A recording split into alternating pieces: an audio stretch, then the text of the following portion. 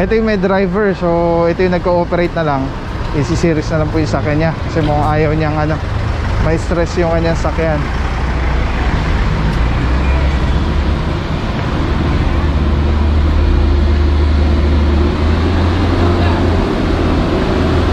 May driver na rin po itong isa. Ay, nagko-operate na rin po yung driver.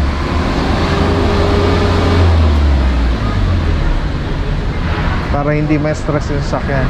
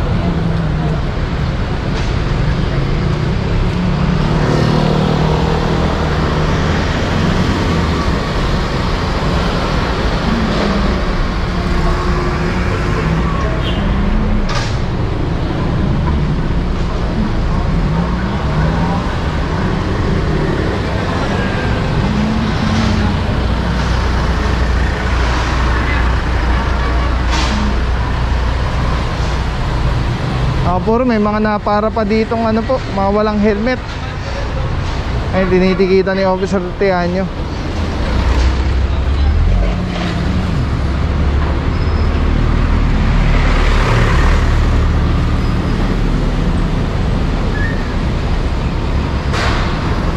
Alright, makaka-shoutout na tayo. Hindi tayo makaka-shoutout eh. Eto na, dun sa afternoon kay Boss Tato. Alright, syempre unahin natin Idol JJC Boom. Yan, heart to heart na lang. Boss Amo, Officer Parama, J Paloma, shoutout sa'yo bossing. Ay nako, bad words. May tato tapos takot ka pala matikitan, hindi pala sa'yo. Sabi ni Boss Roel Jimenez. Actually hindi naman, concern lang naman si bossing. Sabi ni Walter Wine instead na Walter White no? Bili-bili kotse, wala namang garahe, lol. Boss Dennis Avila, number 1. Shoutout sa bossing. Andiyan din si Boss Renato Messina. Si Boy Tato, ang lakas ng dating. Takot naman pala matikitan. Hindi, concern lang po si bossing. Sabi ni Boss Major V, mahirap talaga mataw o matikitan. Kaya sa lahat mag-effort tayo na maghanap ang tamang paradahan. Kaya sa magtatayo ng bahay, consider nyo ang garahe. Kahit wala po kayong kotse, kumbaga i-future proof nyo na bahay nyo. Ganon talaga buhay, kailangan natin mag-adjust. Magagawan ng paraan yan. Basta gusto, kung ayaw, daming dahilan. Correct. Saka yan, tawag dyan, manifestation Wala ka pang sasakyan, may garahe ka na. Ibig sabihin, ina-attract mo na, minamanifest mo na, magkakasakyan ka, di ba? Kasama natin dito si Isa Ganirabara. Ganirabara. Huwag kang magpasensya, dapat sila ang humingi ng pasensya. Ako naman po mahingi ng pasensya po sa inyo, boss. Pasensya na po dahil pasensyoso po talaga ang tropa sa TTMD sa Quezon City. So actually marami rin ako na babasang comments na ganyan. Pero yun na nga po, pasensya na rin po kami sa inyo dahil pasensyoso po talaga ang tropa. Boss Rep Benny Rose 08, yan ang hirap sa kanila. Basta na lang ng paparada, tapos kapag sinita sila pa ang galit. Tama yan, walang dapat pipiliin pa. Shout here, shout out Alaska, Anchorage, Lagi ako nanonood ng mga video pang tanggal inip. Manila days pa lang nakasuporta na ako sa mga vlogs mo.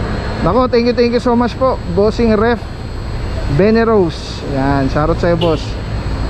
Sama rin natin si Rise6682. Hindi ko maintindihan kung anong klase pag-iisip ng mga tao. Ayaw magpahuli, may violation. Ayaw magpatiket, gusto ibang lisensya gagamitin. Perwisyo, gusto nila ibang lisensya.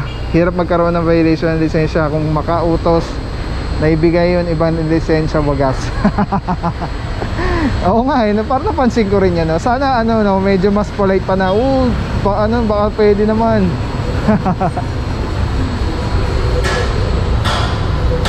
Sabi ni Boss Randy Lihauko, kalmado talaga. Ay, siyempre saludo tayo dyan kay Boss Ninong. Kalmado, Officer Francisco Karkungkung. Sabi niya, hi Boy Tattoo, naka bad words, sayang yung forma mo. Hindi naman po, concern lang. Sabi ni Elpidio Milo, malasakit ba tawag doon? Ayaw mo naman magpatikit. Kaya kasabi ko, baba niya yung nasa taas niya para yung ilahin. Ako nalapitan niya sa wheel. Next mga puro, andyan kasama natin si Boss Jared Palma. Sayang ang tattoo. Sabi, ang kulit eh. Andyan din si Boss Ryan Santos. Epal ka na naman pala, hindi pala sa'yo yan eh. Bad words datingan mo, bayani ka. Hindi po, concern lang. And syempre ito yung pinin natin. Ito isa sa mga unang comments na hindi, kumbaga hindi generic yung comment, no? Yung hindi mga heart lang, ganyan. Talagang may comment siya. Sabi ni Boss Raymond Yupano. Ayan, Raymond Yupano. Sabi niya, di concern yun. Baka masindak niya yung towing team at maligtas sa towing eh. Ang kaso nandun si Sir Francisco. Ayan. So yun yung naman yan, yung mga comments na yan perspective at point of view nila na mga nagko-comment. Kaya hindi natin po yan mako-control at hindi po natin sila masisisi kung yun yung nararamdaman nila. Pero sana as much as possible po tanggalin natin yung mga bad words kasi Ito na lang, iangat ko to. siyempre hindi naman kailangan na magsabi pa ng mga masasamang salita sa mga gantong bagay. Alright mga puro, ito dito pa rin po tayo sa Maria Clara. So tandaan palagi magdasal at minom na maraming tubig. Piliin lagi maging mabuting tao araw-araw. Piliin lagi maging masaya. Shoutout sa mga tropa, Officer Di Guzman ng natin, yung leader natin sa MNDC Tatuan, nandiyan si Officer Rance, Madam Tricia Johnson. Yan, shoutout sa iyo Madam, happy birthday. Happy birthday pala kay Officer Patilo. Ayan, puti na lang naalala ko, Officer Patilo, shoutout sa iyo. Young K, geng shoutout sa iyo po. Ingat palagi at God bless you more. Shoutout na rin kay Madam Pamela Marie. So balikan natin yung mga tropa, si Officer Arsenal, tapos si Officer Rugay, Teanyo, De Guzman, Officer Parama, and yun lang. Tama ba? May nakalimutan pa tayo? So yun, shoutout sa inyo lahat po. Tapos yung ibang tropa po kasi may tasking, meron silang may mga escort, ganyan, may mga event na dun sila na duty.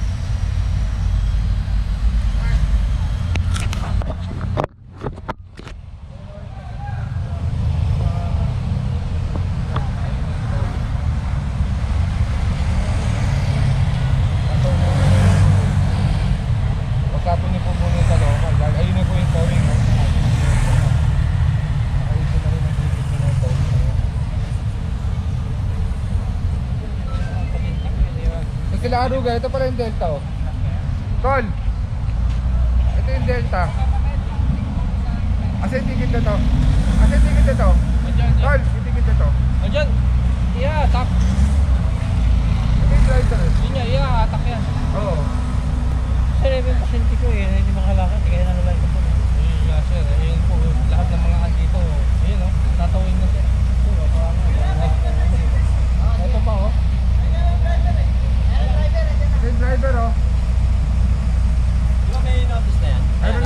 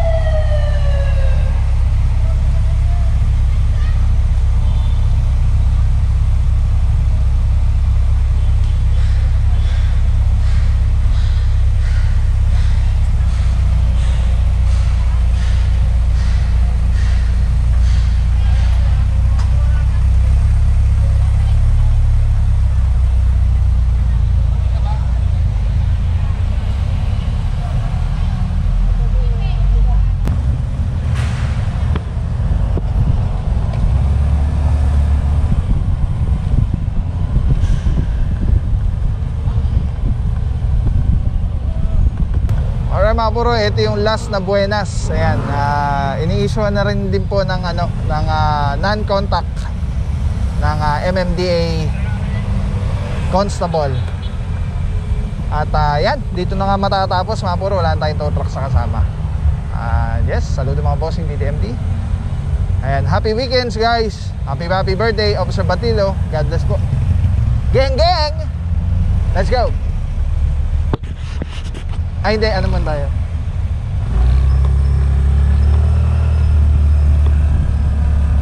Ito na po yung aftermath ng operation. Ayan, wala na mga nakapark dito. Kung may nakita kayong bago nakapark, ayan, mga bago na lang yan. Tingnan nyo ha, hindi pa tayo nakakalayo. Ayan, meron man na nakapark na ulit dito. 4 agad. Diba? Ganun ka kaya lagi nare-reklamo tong area. Yun yung problema. Tapos pagdating dito sa bandang dulo,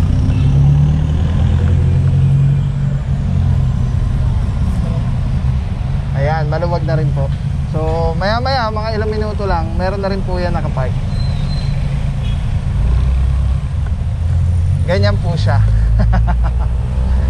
Yan po siya. Ayan o, diba?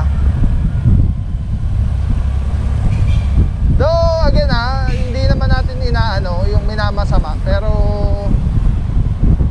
ano po kasi, kaya sila nandyan dahil nga po meron silang pasyente sa loob. So naiintindihan natin yun. At ang daming din nagsasabi sa comments na wala daw parkingan dyan sa loob. Yung mga ganong case po, hindi naman po natin yung hindi naman natin yun, kumbaga wala na tayong doon, control, wala tayong magagawa doon bilang sa part ng traffic. Sila po pinatutupad lang kung ano yung trabaho nila dito. At ito nga po ay mabuhay lane. Alright, let's go guys.